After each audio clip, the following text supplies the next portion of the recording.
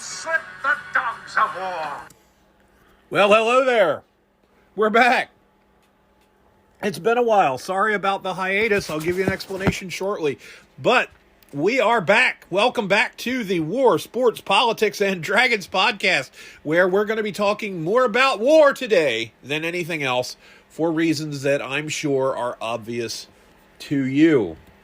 Again, this is episode 18. It is March 2nd, Monday, 2026. And wow, some stuff happened over the weekend. But let's get into an explanation as to what happened for our 2-week hiatus, and then we'll get into what's going on in the Middle East in particular. 2 Mondays ago, on our scheduled day for this episode, it turned out to be President's Day. My wife has a federal job, and so we spent the day off together. She works for the Postal Service. Then I got sick for several days, so we didn't have a Friday podcast that week either.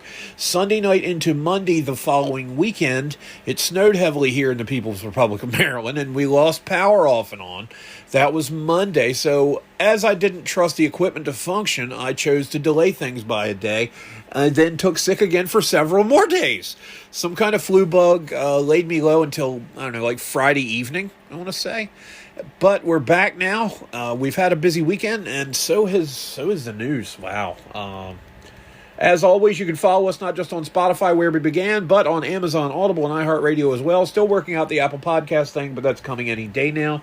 If you want to help us get better tech, you can donate through our Patreon page, which I'll mention in a minute, and you can also do it through Cash App and Venmo. Each handle there is the same, WSPD Pod. I've already gotten a donation from one fan, and another has helped us by providing us with a laptop we had that they had no use for, and it's a really nice laptop. I can't believe they would part with this. It's a really nice machine. But anyway, it's much better than having to rely on the 5-year-old Chromebook it had 26 gigs of total disk space, and 20 of it was used on system software. So there wasn't exactly room to add on any functionality. Plus the keyboard was wonky. The way Chromebooks are laid out, they're designed basically for kids, not very old kids, as a matter of fact. So thank you, John, for the gift of the laptop. It works like a dream, and I am wasting entirely too much time on X on here, but I'm doing a lot of research, a lot of show prep, a lot of other things, found all kinds of good stuff, and have managed to transfer my massive PDF library. I spent a chunk of change over the years on websites like RPGnow.com and other places, purchasing PDFs of different gaming books, and have managed to pull them down off of different places on the cloud. I kept them in undisclosed bunkers on the internet so that I could get to them if I ever had an issue and didn't have access to my regular desktop, which has been the case since last April. So now we're up and running in that regard. I put out a trial balloon YouTube live today. We're going to try a Twix live tomorrow, and we've got a lot of other stuff going on as well, including we're going to be cranking out some Dungeons & Dragons characters, among other things, putting them up on the Patreon. We've got chapters from Love's Crucible coming out soon. That manuscript, the draft is complete. We're in a reread and doing some editing on that now. The next book beyond that, The Mustard Seed, 11 chapters written so far. I'm managing to write that sequentially.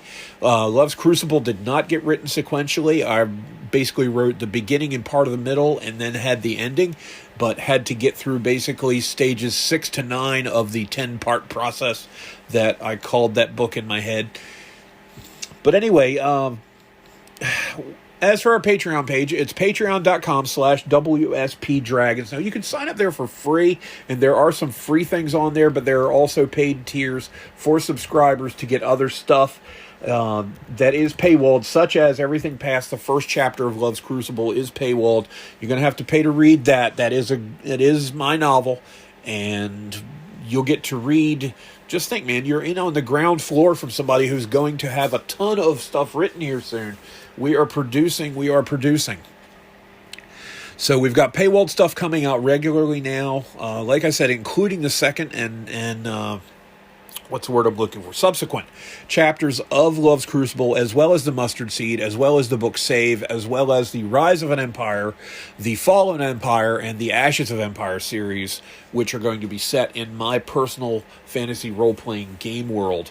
It's looking like a series of around 15 to 20 novels. So stay tuned. We've got stuff happening, I'm telling you now. The creative juices have been flowing, and my 5-year-long bout of writer's block has finally come to an end, thank God. Future chapters for the novels are going to be made available for paying sponsors, and, like I said, we're 20,000 words in on Mustard Seed now, so, but... Wow. But due to 2 weeks of lost production, we didn't get set up for a video podcast. So again, we're audio only this time. But I promise you, it's coming to an end soon. You'll get to see this fat old ugly man sometime soon. And if you're on YouTube, you already see me. And no, I ain't pretty.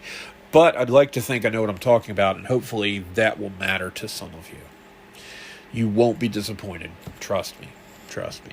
But enough prefacing. It's time for the show. And as always, we start with war and a big update from Iran. Oh my, where do we begin? How about ding dong, the prick is dead? Ayatollah Khamenei, the supreme leader of the IRGC. By the way, I found out that supreme leader is just like leader, except you add sour cream and tomatoes. The supreme leader has been killed in the opening raids by American and Israeli air assets. That happened Saturday morning in Tehran, the capital. Also killed was Mahmoud Ahmadinejad. Anybody remember that little prick? That little 4-foot, 10-inch tall pain in the ass that used to be the president of Iran? Yeah. Bye-bye, buddy. It's great. I'm not one to necessarily cheer for the deaths of people, but I've got to tell you this much. These suckers are genocidal maniacs. They've murdered thousands of people in their country just for protesting. They murder women in Iran for the crime of being raped. They punish them and brutalize them for showing their hair in public. Okay, Iranian women, aka Persian women. It's not been called Persia officially. I don't think it's been the Persian Empire of sorts since the year 637 AD. And it's been Iran officially, I want to say, since around 1935, when the Shah, whose son is now the leader of the Iranian resistance, was in charge. So anyway, yeah, Khamenei is gone. Ahmadinejad is gone. The high command has been gutted. Here's basically what they've said is Iranian propaganda sources, the mouthpieces of their tottering government, have said that the military has gone from a centralized command structure to decentralization, and they have allowed local commanders to make decisions as they see fit based on what they have in their individual situations in their regions and in their specific locations. Folks, reading between the lines on that announcement, what that means is that their high command has lost command and control over the lower echelons. For instance, let's start with Army. Let's start with how armies are largely organized. And granted, this is the World War II model, but it's close enough. You have your high command. You have your supreme high command. That was like Eisenhower.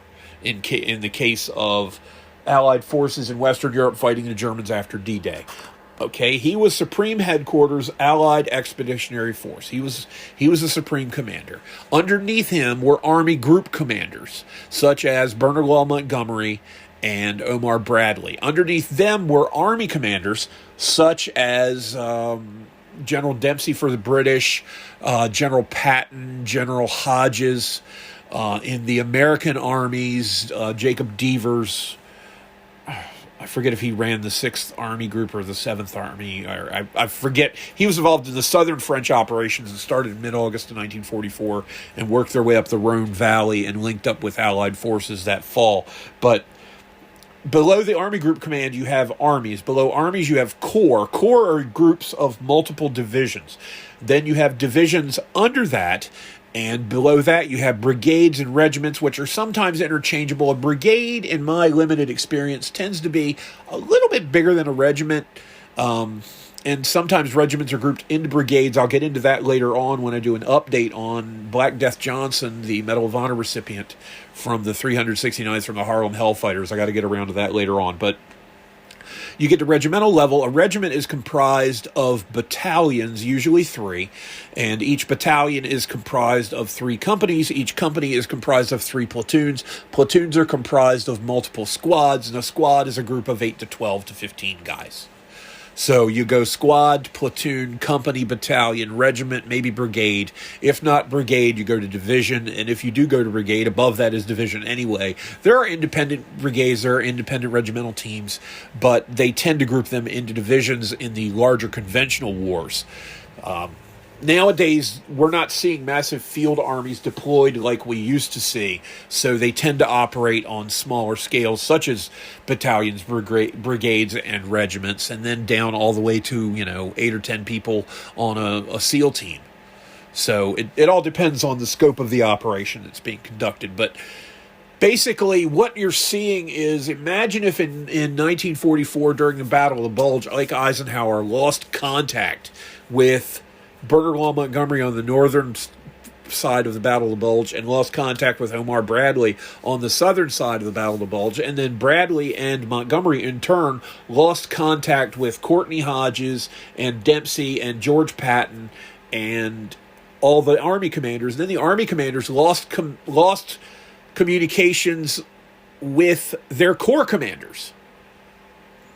And the Corps commanders couldn't contact the division commanders. That is what the Iranian military is experiencing right now. They are seeing the cohesion of their command and control being blown to bits by precision American and Israeli munitions. In response, the Iranians have fired hundreds of rockets, missiles, and drones at pretty much everybody in the area. They've fired at Qatar. They've fired missiles at Bahrain. They've fired missiles at Kuwait and drones and the UAE and Oman and Saudi Arabia. They've even attacked British possessions on the island of Cyprus, which I've mentioned before, which vaguely looks like an upside-down turkey leg in the northeastern corner of the Mediterranean, in a little nook there between the southern coast of Turkey and the Mediterranean coast of Lebanon. The Iranians are losing control. The IRGC is losing control of their country, and there have been massive uprisings. Tusi TV, which I was listening to a fair amount over the weekend, just found it really, was discussing that cities are starting to fall to the resistance to the people. IRGC members are defecting. I've seen videos of men laying their uniforms down on their furniture in their house saying, I'm no longer a member of the IRGC, I'm defecting, I give up. Trump, now granted, this is a politician saying what politicians say, but Trump gave a short speech, which I saw earlier, wherein he claimed that thousands of members of the IRGC are asking for immunity and that they're going over to the other side. So it's happening, folks. It's finally happening. And I hope that it does finally come to pass. And Shah Pahlavi is reinstated, basically. The son of the deposed Shah comes into power, and that they set up a similar system to what they had before the Ayatollahs overthrew things in 1979. Because what they had was a secular monarchy that had democratic principles in it. It was a Western-style nation. And then the Islamist fanatics took over, and it was part of a wave of things like that happening in the 60s and 70s and 80s. It was pretty bad. And in 1979, of course, that was when the government of Iran was overthrown. We had 52 people at the United States Embassy in Tehran who were taken hostage and held hostage for 444 days. What people don't realize when they're talking about, it's against international law to kill this guy. It's fuck international law. I'm just going to say it. If international law, as I told some idiot earlier on Twitter, means the continued enabling of genocidal maniacs and Islamofascist dictators who murder people by the bushel to stay in power, then to hell with international law. International law is useless in this case. There comes a time when a country that's been waging asymmetrical warfare against you for 47 years and is the largest state sponsor of terrorism gets what's coming to it. And that's what this is. Trump, instead of calling this Epic Fury, should have called this Operation Karma, bitch. Because that's what needed to happen here. Okay? The Ayatollahs have been effing around for way too long, and it's high time they found out. It really is. And I'm glad, and I'm here for it. I really am. I'm very happy for it. The Iranians are celebrating in the streets. CNN, they're not too happy about it, but they're morons because they have terror apologists like Christian Amanpour, whose entire life is dedicated to bringing down the West in some form or another. They're all broken up about this. It's really hit them in the feels because the left loves them some dictators, okay? Because if you scratch a liberal, you find a dictator underneath, okay? If you take the mask off of a liberal, underneath, you got somebody wanting to be Joseph Stalin or Pol Pot. They don't believe in free speech. They don't believe in the right of an exchange of open ideas. They just want conformity and obedience. That's why they fought the Civil War, to keep their slaves. You can say they weren't liberals, but they were still Democrats. And the Democrat MO has remained the same since Andrew Jackson founded the party. Okay, and speaking of genocidal maniacs, let's talk about Andrew Jackson and what he did to the Cherokee. Okay? So when there was talk of replacing Andrew Jackson on the $20 bill with Harriet Tubman, daggone right, do it. Do it. Put a gun-toting Republican woman on the $20 bill. Get rid of the Democrat that murdered thousands of indigenous people. By all means, do it.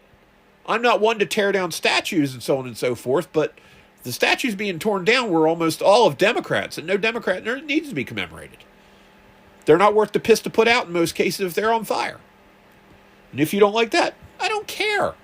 I don't value the opinions of people who think that the government's job is to run everyone's lives, micromanage everything we do, mishandle our money, send it overseas to terrorists, give it to illegal immigrants, give it to people who won't work, and then tell us we're evil and racist and horrible.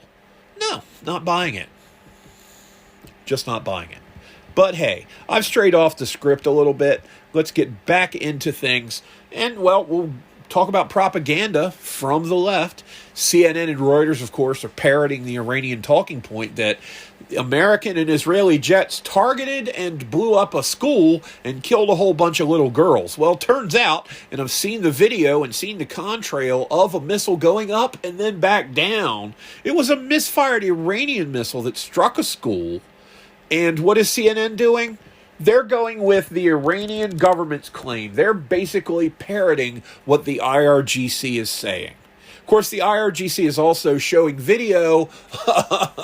I saw a great video earlier of an Iranian drone hitting an American aircraft carrier. The funny thing about it was the aircraft carrier was the USS Lexington, the second USS Lexington, because the first one, of course, was sunk at the Battle of Coral Sea in the first week of May. I think it was May 8th, actually, 1942. Okay.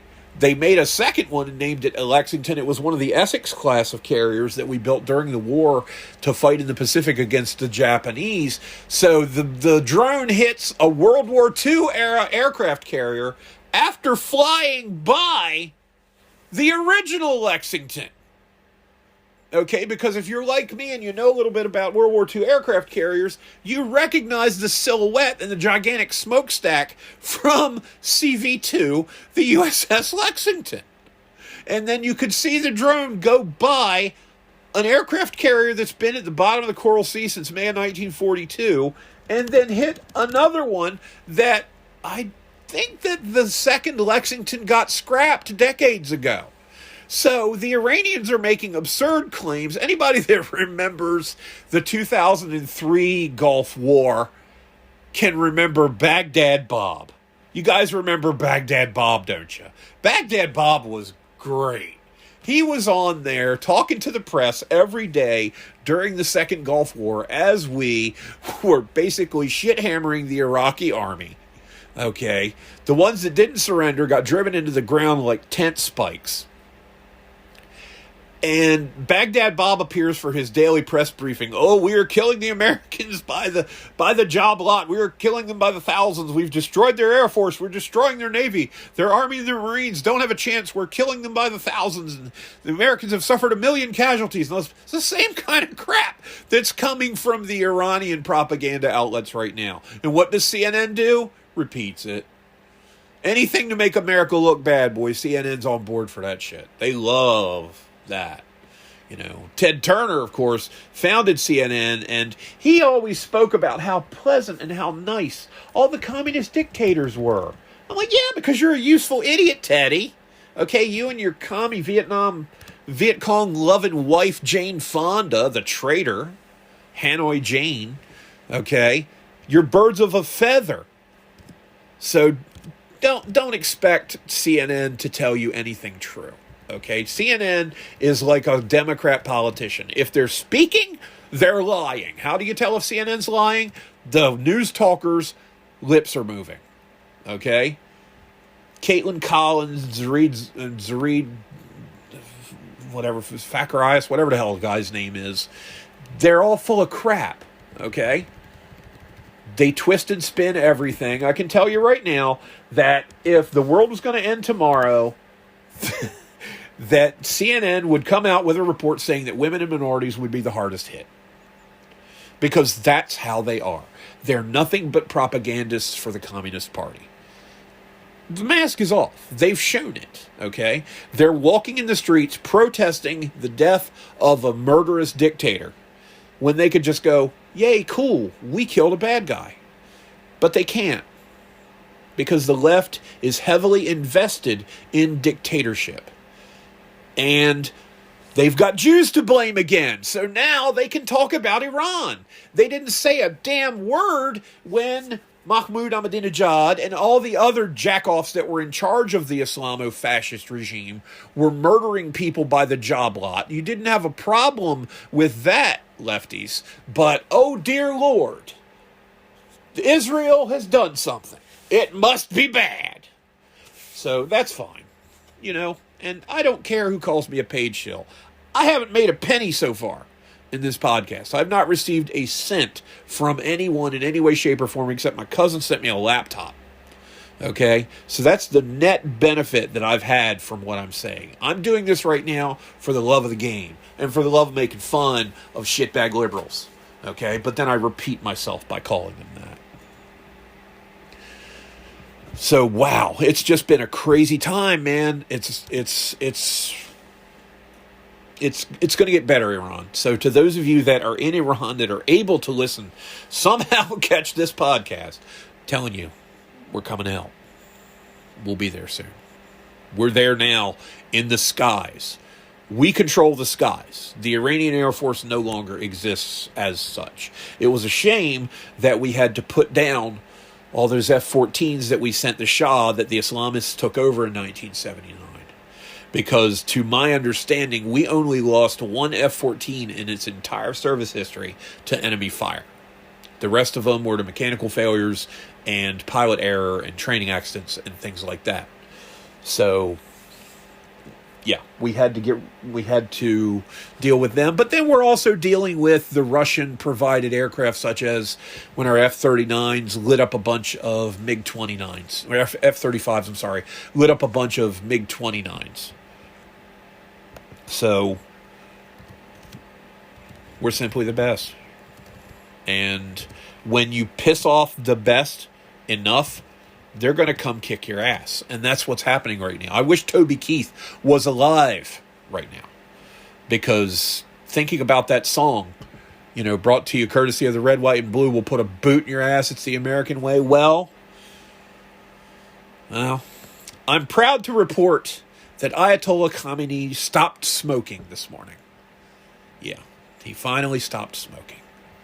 No more smoke is rising from the ashes of what's left of his worthless Islamofascist ass. Bye-bye. We won't see you later, buddy. You're in hell. Okay? You're in hell. And it's well-deserved. So there you have it. This, to me, is a moment on par with learning that Hitler died. Now, that's a terrible analogy, but this is on par with hearing that we got Osama bin Laden. And the thing about that, when that happened in early May of 2011, is when it was announced by then President Barack Obama, a Democrat, you didn't hear Republicans protesting about violating international law, did you? No, you did not. You did not. Because we actually sent a SEAL team in stealth helicopters into a friendly nation, Pakistan, into the northern city of Abbottabad, to the compound where we got that prick. And Bob O'Neill double-tapped his ass and got rid of one of the world's worst people. But did you hear anybody on the right bloviating about international law and congressional approval? Barack Obama dropped 26,000 plus bombs during his 2 terms in office. I don't recall him asking for congressional approval for any of that. But yet suddenly everything Trump does has to be run by Congress, or somehow some federal judge will end up blocking it because reasons. You know what? Y'all need to get on board for the big win, because that's where we're headed. Now, on the downside, you're going to see a spike in oil prices. I told everybody Saturday when I first heard the news about the strikes, I said, go buy a tank of gas because the price at the pump is going to jump. But I can tell you this, it's going to go back down. Once we've gotten rid of the scumbags in charge of Iran, that oil won't be going to China anymore. By the way, over 80% of Iran's oil exports were headed to China. It was 15% of China's total consumption. Guess where another place was that China got a lot of oil from? Venezuela. What did we just do in Venezuela back in January? Oh, that's right. We got rid of Maduro, and there are changes underway in Venezuela. You don't think Trump has a strategy, do you? That he's basically trying to strangle China's oil supply? You don't think that he's trying to put a little pressure on the Chinese? You don't think that that's part of an overall strategy? That he's just lashing out and killing people willy-nilly and blowing up schools and killing children? I always thought it's hilarious that the people who cut up babies and call it healthcare get all worked up when an Iranian missile hits a school and we get blamed for it. It's kind of odd, isn't it? These are the same morons that'll try to tell you, well, how can you be pro-life and pro-death penalty at the same time? Simple. I can tell the difference between a convicted murderer and an unborn baby. Why can't you? I don't know, but the question remains. Iran will be free, whether the Democrats want it or not.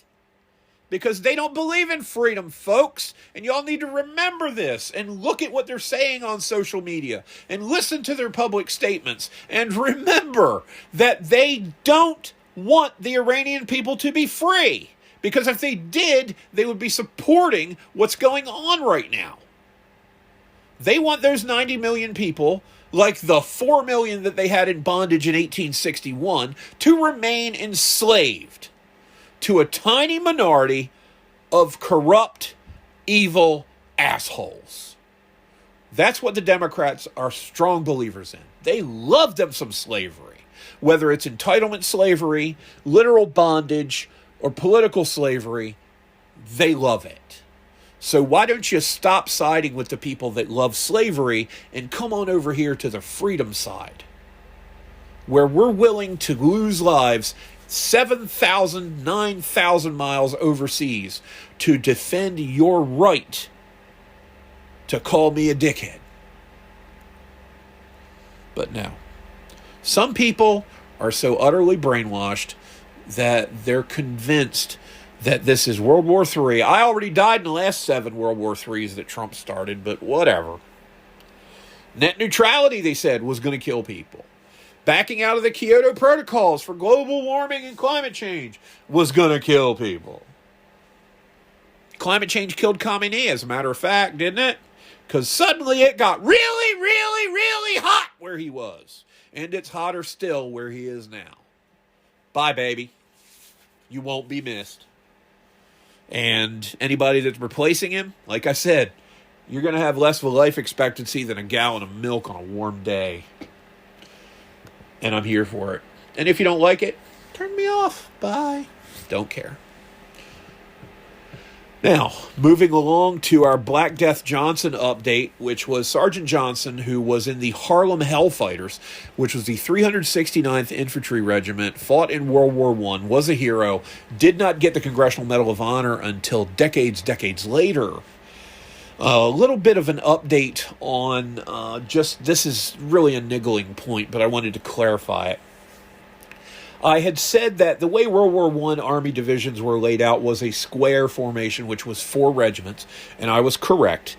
And I said that usually when you are dealing with Army infantry divisions, if you look at the regiment number and you divide by 4 and round up, that will oftentimes give you the number of the division to which that regiment belongs. Now, this is not a hard and fast rule. It is not 100% accurate. But I can tell you this, that the 93rd Infantry Division was comprised in World War I of the 369th, 370th, 371st, and 372nd Infantry Regiments. Divide those by 4 and round up, and you get 93. They were all in the 93rd. Now, like I said, this is not always the case. For instance, the 1st Infantry Division is comprised now of, and it was in World War II, and in World War I, it had a 4th regiment, but in World War II, it was comprised of the 16th, 18th, and 26th infantry regiments. You divide those by 4 and round up, you're not getting the number 1. So it's not always the case. But as you go higher up in number, it tends to be a little more accurate. Like, for instance, the 29th Infantry Division. Now, as I said before, the first 25 divisions in the U.S. Army were regular Army divisions. Divisions 26 through 75, with a couple of exceptions in each case, were National Guard divisions, and anything 76 and higher, again, with exceptions, such as the 82nd Airborne, and the 101st Airborne, are exceptions, but those were all conscripted or draftee divisions. Now, the 29th Infantry Division, which fought on its first all combat on D-Day, June 6, 1944, on Omaha Beach, was comprised of the 115th, 116th, and I believe 175th Infantry Regiments.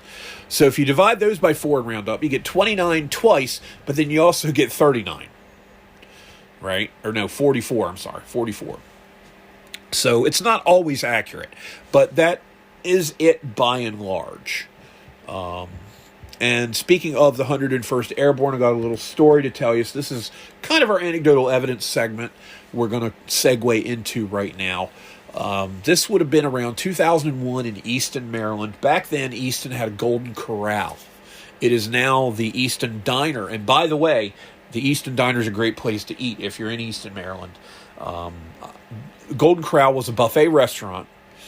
And I can remember when they switched over to the Easton Diner, they kept a good number of their wait staff. And I can remember several of the ladies, Phyllis in particular, was such a great waitress, such a nice lady. We were regulars at Golden Corral, my wife and I, back when our youngest son was very small. And then when our second son was born and very small, I can remember putting his carryable car seat on the table while we ate at Golden Corral. So anyway, I can remember commenting to Phyllis that the portion sizes at the Easton Diner were so big, it was amazing to me that I didn't think it was possible to go from a place that was all you can eat to a place that served more than you could eat. So anyway, that's the story of the Easton Diner. Now it used to be a Golden Corral, and they haven't paid me. I haven't been to the Easton Diner in years. But they got good food. The portions are big. And they got a salad bar. It's not a big salad bar, but it's got potato salad, regular salad. You can pile up your plate with side salad to go with your meal. And Anyway, I haven't been out to eat in a while, so I'm kind of jonesing. But I've got a really good beef casserole that our friend made the other night, and I'm going to finish that off after I do the podcast. Anyway, because all I've had to eat today is a third of an orange. And I'm a fat guy. So, that's a problem. But moving on, I'm going to talk about a day I met to me, a very important personage when we were in Golden Corral.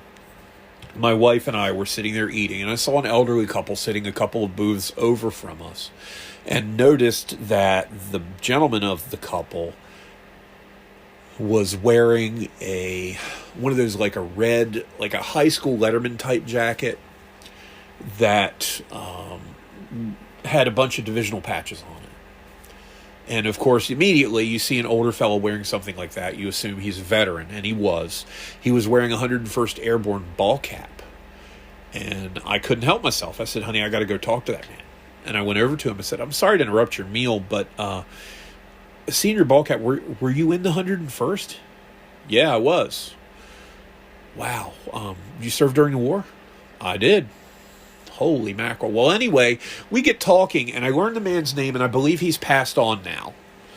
And I wish that I had interviewed him. I'd had plans in my 20s to interview local World War II veterans and write books about it, but so many of them died off so fast, and then life events like getting married happened, and that project never came to pass. But I remember talking to this man. His name was Woody Purcell, and he was a very sweet, very friendly gentleman.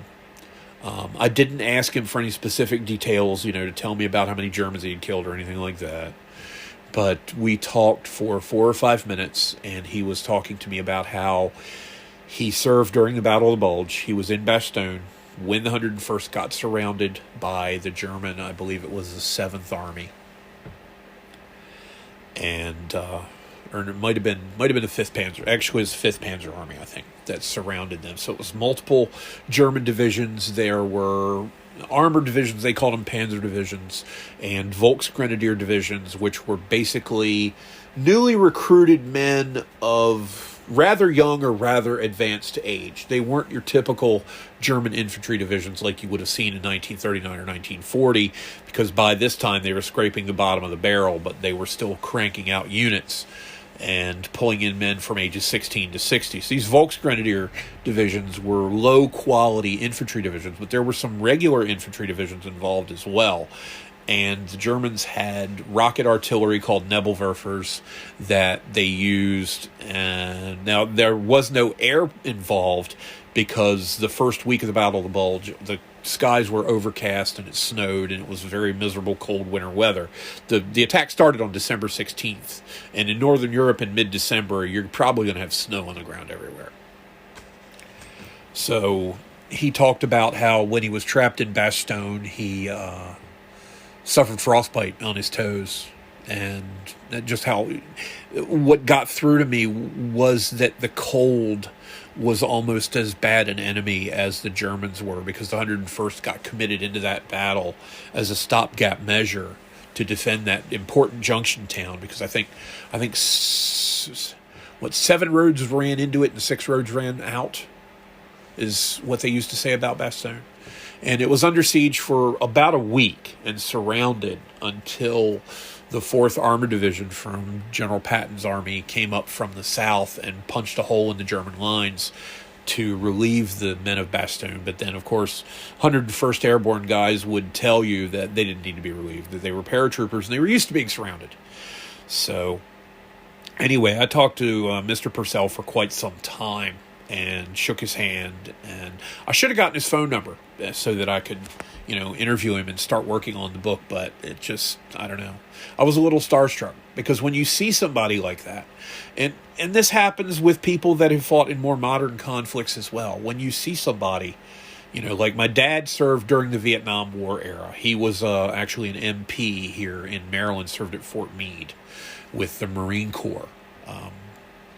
He didn't go overseas. He tried, but for physical or medical or some kind of reason. I know the reason, I'm just not going to tell you what it is. But basically, they declined him. So he served over here instead. But when you see people who've seen the elephant, as they say, who've been in the shit, who have that 1,000-yard stare about them, if you have any sense at all, you can't help but feel a certain amount of respect for them. And also tinged with a little sadness that we've had to go through that to fight wars. And that's the thing about the Iran situation. On the other side of the coin, one side is me being incredibly happy that Khomeini and Mahmoud Ahmadinejad are now just ashes. But it's a shame that there's such evil in the hearts of men that we have to go to war to stop them from being the evil men that they are. To be honest, it took too long. Jimmy Carter made a vain attempt to rescue the hostages, but that's as far as things went. And that was stopped when, I believe, a chopper collided with a cargo plane carrying Delta Force troops on the rescue mission in 1980. We didn't do a whole lot with them in the 80s during the Reagan administration, as strong as Reagan and then Bush were supposed to be on national defense and waving the big stick. All we got out of things was Iranian agents blew up a Marine barracks in Beirut and killed a total of 241 of our troops of 3 different branches. So this has been a long time coming. They've sponsored the IRGC, the scumbags that are still in charge of Iran, but hopefully won't be much longer, have sponsored terrorism against not just America, not just Israel, but all over the world. They've funded and trained and assisted in any way possible people bent on the destruction of Western and other civilization. And so, we drop a bomb down a bug hole, and from what I understand, we use 30 bunker busters on the compound to get Khomeini. Good. Shame it wasn't 31. But when I see our troops that have had to fight in wars, I still feel a little sadness that they've had to go through hell. But I also really, really appreciate the fact that they were willing. I signed up. Here's my military story right now. I'm going to go ahead and give you full disclosure. I signed up in November of 1990 to join right after Saddam Hussein had invaded Kuwait. I qualified for an Army position, MOS 96 Bravo, which has been changed now. I think it's 35 Delta now. But 96 Bravo back then was intelligence analyst. I did a great job on my testing. I scored a 94 on the ASVAB. My coding speed was a little slow, which kind of sucked because I really wanted to work in something crypto analytically based, but they end up putting me as an intel analyst. So my thing was I was going to go to Fort Leonard Wood, Missouri for basic. Then I was going to go to, I guess it would have been Fort Bragg for jump training. Then Fort Huachuca, Arizona for intel training. And I also passed the Defense Language Aptitude battery test with flying colors. I aced the D-Lab. I was the first guy in the room to get it done, and then sat there twiddling my thumbs for 15 minutes, because the D-Lab is a test that they give you to determine whether or not you're capable of learning a foreign language.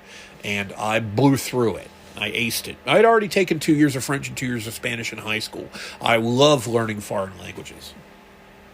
So Ace the D-Lab was going to also spend time at Presidio Defense Language Institute out in California, San Francisco area. I forget specifically where it is. So my 5-year hitch, almost all of it was going to be in training. But I was planning to do 20 years, work in intel. There is a mechanism by which you can enter as an enlisted man and become an officer, and not necessarily via what's known as a battlefield promotion.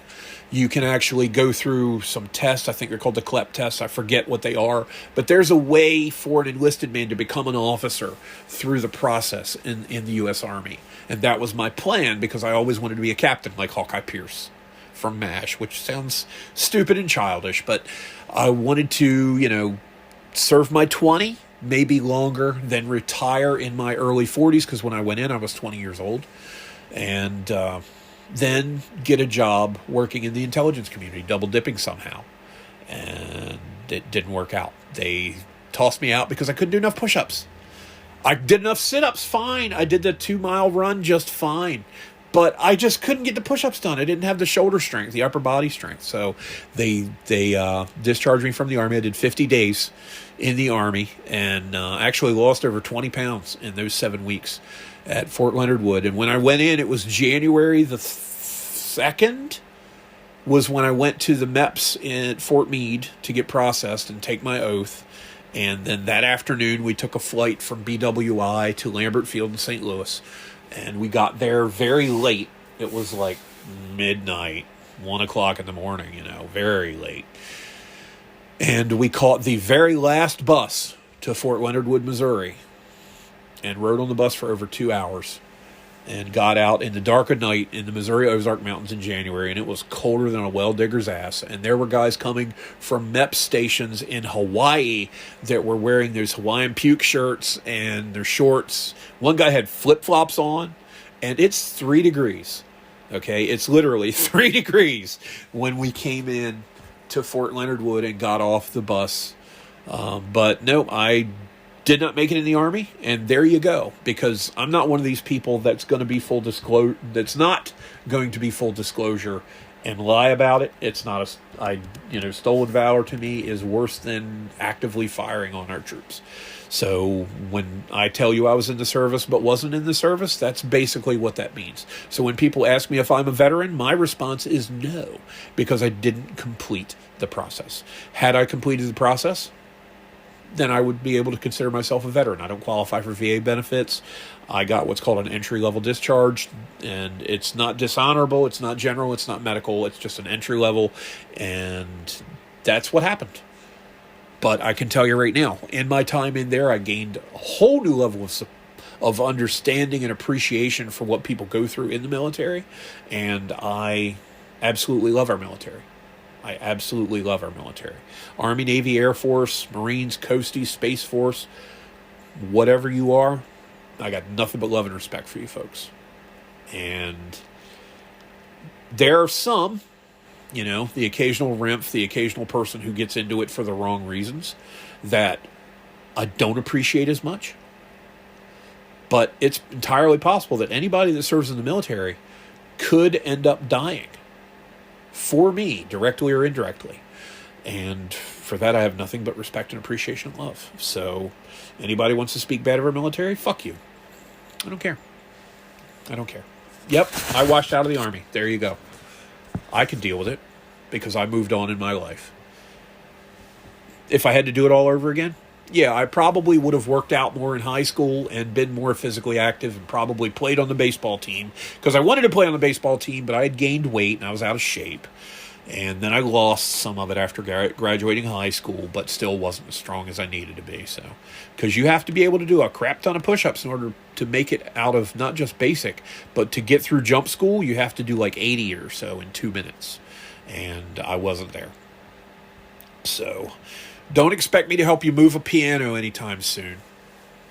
But, hey, there you have it. So there's anecdotal evidence. But the time I met Mr. Woody Purcell, Purple Heart recipient, I believe, and just a very nice man, very pleasant to talk to. And for him to have gone through what he went through, my heart went out to him.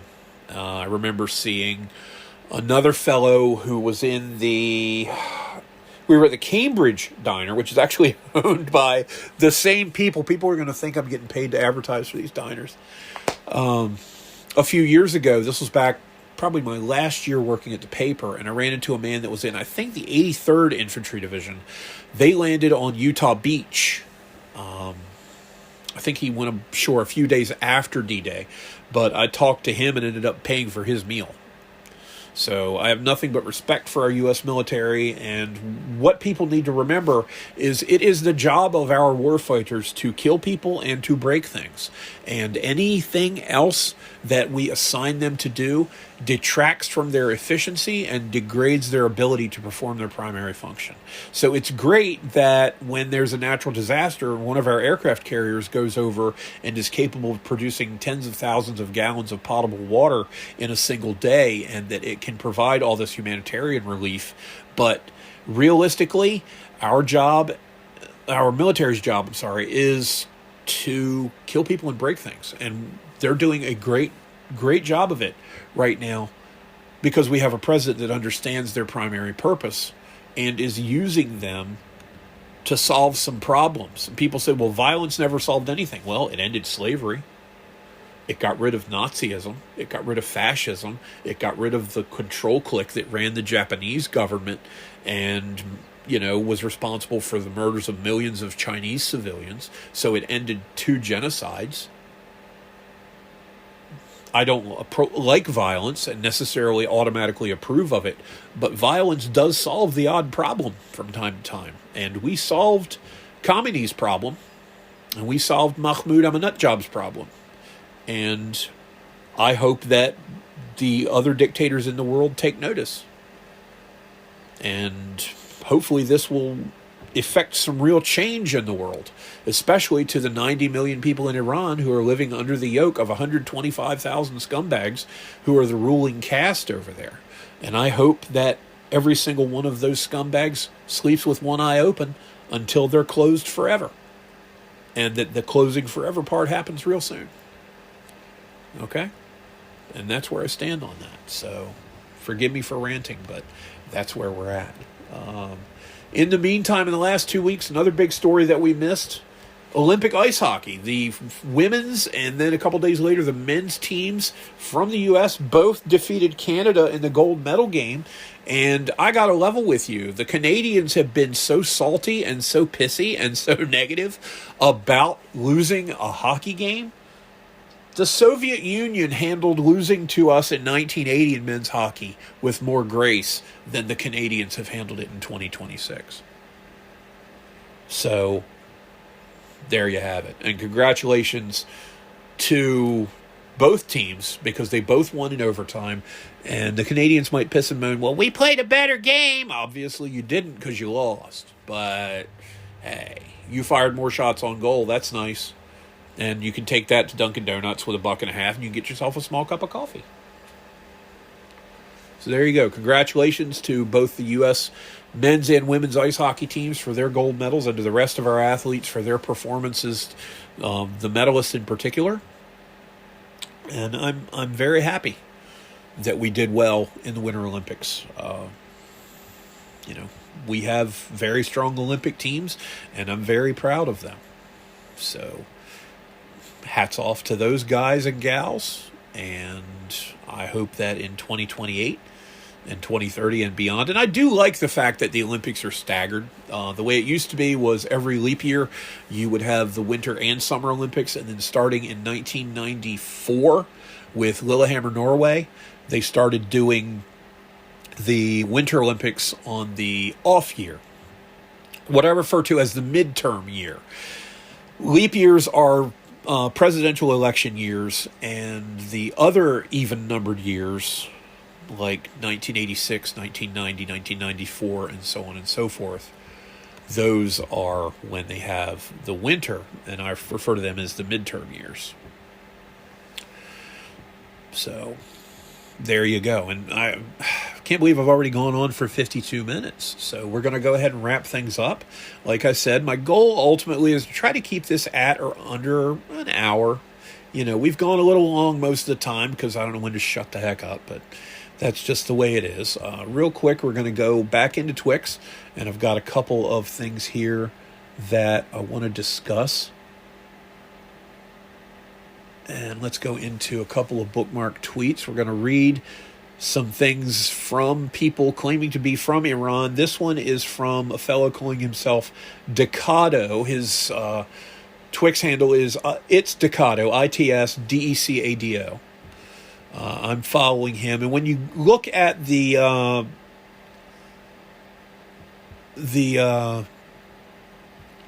accounts, you can see where they're from.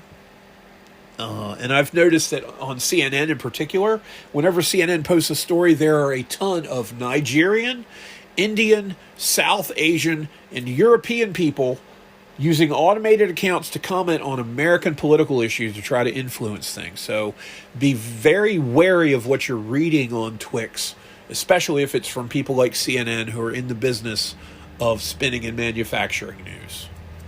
They're a dying network. They're getting fewer ratings than the Cartoon Network. So go with people who are on the ground. And this fellow seems to be. But there are others who are, as well. So here's what Decado says. I'm writing this through a connection so small it feels like a crack in the window. 99% of the country can't even get online. That's why you don't see videos or images from outside, because again, the IRGC is doing its best to keep the internet shut down and to prevent people from talking about things that are actually happening in Iran. This is not the behavior of people who believe in freedom. Let's not forget that. So anyway, in Tehran and Karaj, every time people hear an explosion, they cheer from their windows and rooftops. They chant slogans and celebrate because another terrorist base of the regime has been hit. I'm sure the rest of Iran is exactly the same. To all honorable Iranians abroad, be our voice, louder and more decisive than ever. Take to the streets and flood the internet with one clear command. Trump, do not stop the attacks. Right now, every mosque and religious gathering hall has been turned into military bases for the IRGC and repression forces. And I can tell you right now, from stories and accounts from people who fought in Afghanistan and in Iraq, that that's what the terrorists do. They use a mosque as a gathering point for their irregular and regular military forces. And then if we fire on it, they can claim that we fired on one of their holy sites. It would be the equivalent of the U.S. Army shooting up a church here. But you know what? If the bad guys are hiding in it, the Germans did this really well. They loved putting important military assets like munitions plants and tank production plants and things like that right next to schools and hospitals and churches, so that when our horribly inaccurate daytime and nighttime bombing raids happened and schools and hospitals and churches were invariably hit because they were nearby, they could claim that we were bombing children and women and so on and so forth. Same exact thing happening here. They're attacking us in our mosques. They claim to be in favor of freedom of religion, but they're destroying mosques. Yeah, because you're hiding shit inside them that you're using to kill our troops. Hamas is really good at this too, by the way. They love putting rockets and all kinds of other munitions inside of apartment complexes and schools. Oh man, they love doing that. They love them human shields. You can always tell who the good guys are because the good guys will stand in front of the women and the children. The bad guys will use their bodies to prevent themselves from being harmed. Okay? Cowards hide behind women and children. Men fight in front of them. Okay? That's a very simple rule of thumb. But anyway, at Tehran's Masala, dozens of repression vehicles are parked and being prepared. Proved to, and then he calls a bunch of names out, Donald Trump, Netanyahu, IDF, and CENTCOM. These are no longer religious bases. They are official regime military bases. Bomb them. The people of Iran do not want these places anymore. This has nothing to do with religion. They have become fortresses of terror and must be destroyed. Also, strike the homes of the reformists. They are the main anti-Israel and anti-America operators inside this regime. My connection is too slow to push this properly, so please tag everyone you can. We will take to the streets at the right moment. We will win. Long live Iran. Javid Shah, which I believe means long live the Shah. Hashtag Iran War. And then another fellow replied named Nas, and his handle is NASVLJD. And let's look at his profile real quick. And it doesn't say what country he's based in.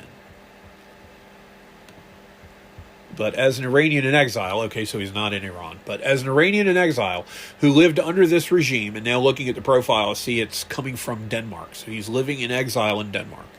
I want to speak directly to American patriots. Your America First principle is absolutely right. However, I urge you to see that ending the threat of the Islamic Republic is, in fact, an America First necessity. Your safety depends on a free Iran. This is not just about Israel or regional disputes. This is a regime that massacred over 36,000 unarmed innocent civilians in just 2 days. Now remember, CNN would not confirm any numbers of people that were murdered by the Iranian regime, even though the regime themselves confessed to 6,000.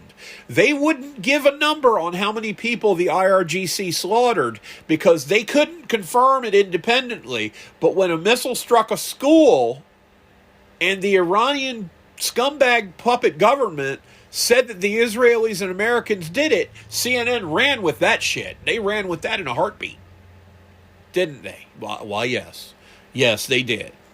Because I guess that if the bad guys confirm it, then they're okay with it. Just reminding me that, to be honest, CNN is basically enemies of the state. And it's a damn shame.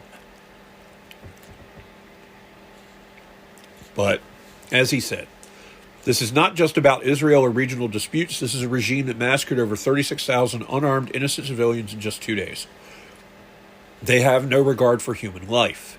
Even now, their missiles can reach your shores, and they're desperately racing toward nuclear weapons. Once they have the bomb, they will use it as a shield to commit any atrocity and blackmail the world to advance their radical Islamic agenda. And that's absolutely right. Okay? Look at what they're doing without nuclear weapons. Okay? Blowing up airliners, shooting up nightclubs, bombs on buses of school children, attacking concerts like their puppets at Hamas did.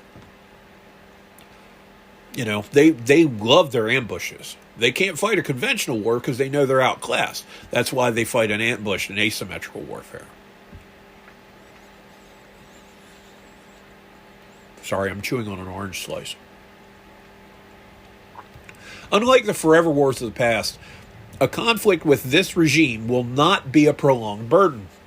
We have a clear and legitimate alternative in Crown Prince Reza Pahlavi. His leadership ensures that with the right support, the Iranian people will reclaim their country from within. He is ready to lead a transition to a secular democracy. Currently, 90 million Iranians are being held hostage. That's roughly, by the way, twice the population of Iraq. Iraq's population, I want to say, is around 49 million. And we put boots on the ground to free Iraq. Okay? But we're waging a war from the air in this instance. Now, yeah, we got special ops guys on the ground, I'm sure of it. But you're not seeing a commitment of conventional forces like you saw during the First and Second Gulf Wars. And in Operation Enduring Freedom and in what was going on in Afghanistan. Because Trump is using he's fighting the war not just to win it, but to minimize our casualties. History, which any objective research or AI analysis will confirm, proves that during the Pahlavi era, Iran was your greatest and most reliable ally. And it's true. Iran was our sole ally in the Middle East, except for Israel, for decades. And then when it was overthrown, we didn't really have any truly friendly nation to us. Truly openly friendly to us, really between Israel and India. Okay, and then to the north was the Soviet Union, that oppressive colossus that, you know, was trying to influence the region as well, and they had a fair amount of success at that. That's why so many of the Middle Eastern nations, you see them using Soviet weapons. But Iran was your greatest and most reliable ally. A free Iran will once again bring peace to the Middle East and stand as your strongest partner. I urge you to stand with us and call on President Trump to support our liberation. We will eventually find our way, but without your help, the path will be far more painful and many more will die. Every day this regime survives, it brings the threat closer to your homes. Please help us end this tyranny for the sake of freedom and our freedom and your security. And it's well said. It's very well said. And I can tell you right now, there are massive demonstrations going on in Tehran. We've seen that through Tusi TV and a variety of other sources. And it needs to happen. Iran needs to be free. People deserve it. And anyone who wants to bloviate about international law and congressional approval, fine. Let's go back in time and make sure that Barack Obama gets the same exact thing. You know, if it wasn't for double standards, the left wouldn't have any at all. So there you go. Final thought. Okay? Because I'm going to wrap this up right now. Thanks for listening, and thanks for waiting 2 weeks. Next one will be coming out Friday, and we're going to be doing some special stuff. YouTube Live. So check us out on YouTube. We're at the WSPD Podcast. Again, I'm eating an orange slice. Sorry, I haven't eaten all day.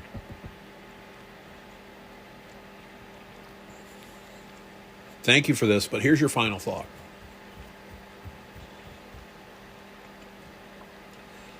Is the world better off without a man responsible for over 1,000 American troops being killed and for hundreds of thousands of other deaths around the world in most of the last 47 years? Now, Khomeini was not in charge the whole time. I think it was his dad, maybe, or his uncle, the Ayatollah Khomeini, was the supreme leader at one point. And then when that prick finally died, this one took over. Is the world a better place with him doing what he did? Or is the world a better place without him doing what he did? And if you think it's a better place with him, you're on the wrong side of history, baby. And that's all there is to it. So anyway, thanks again for listening to the War, Sports, Politics, and Dragons podcast. You can find us on Amazon, Audible, Spotify, iHeartRadio.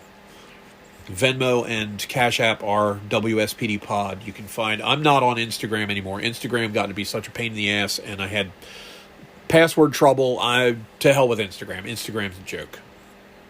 I'm not on Facebook either, and Facebook owns Instagram, so to hell with Mark Zuckerberg. I don't like him anyway. But we're on Twitter, at the WSPD Podcast. Join us. Sign up on the Patreon. It's patreon.com/WSP Dragons. There are 4 paid tiers and a free tier. Free tier will get you some stuff, but the paid tiers are going to get you a lot more stuff. And it tops out at $11.99 a month. That's the most you were going to pay for it. It starts at $3. And for $3, you get to read chapter by chapter installments of new novels continuously as far as I can see into the foreseeable future, because I'm going to keep cranking them out. And hopefully you folks will keep reading them, and I do appreciate it. Eventually we'll get them published the right way, but as it stands right now, I've got one story done. I'm in the middle of writing several more, and I hope you can be on board for that. So thanks again for your time. I'll have a poll up soon. And if you want to know whether or not I was saying anything about Iran, if this is your first time listening to me, check out my previous podcast. We talked about it at length in a number of the episodes. And there wasn't a lot of information to update because of all the censorship and the internet shutdowns and the squelching of information by the IRGC. But more and more information is coming out, and more people are speaking up, and more freedom is taking root in the great nation of Iran. So good luck to the Iranian people. I pray for them and for our troops and for our citizens as well, and eventual world peace. Someday, hopefully, it will happen. We'll see. But for now, this is Dave the Nerd Emperor signing off. Have a great day, and thanks once again.